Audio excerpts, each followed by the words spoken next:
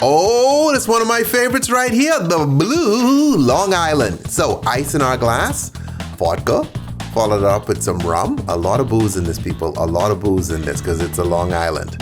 Come behind that with some gin. Beautiful. Followed up with some cold tequila. And now we hit this with some sweet and sour. Beautiful, beautiful, beautiful. This is the whole Long Island family, okay? So this drink here would be very close to an adios, but it's a little different. You notice us shaking it. That's one of the big differences. Put ice in our glass, and then we pour in our mix, all right? Look at that, look at that. Beautiful. Once we get to the top, we come behind with our blue Curaçao. So this is really similar to the adios, but it's a lot different because adioses, you don't shake them. You kind of build them in a glass.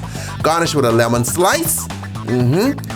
Little cherry, and we are good to go. And there you have it, ladies and gentlemen, the Blue Long Island. Stay tipsy, friends. Stay tipsy.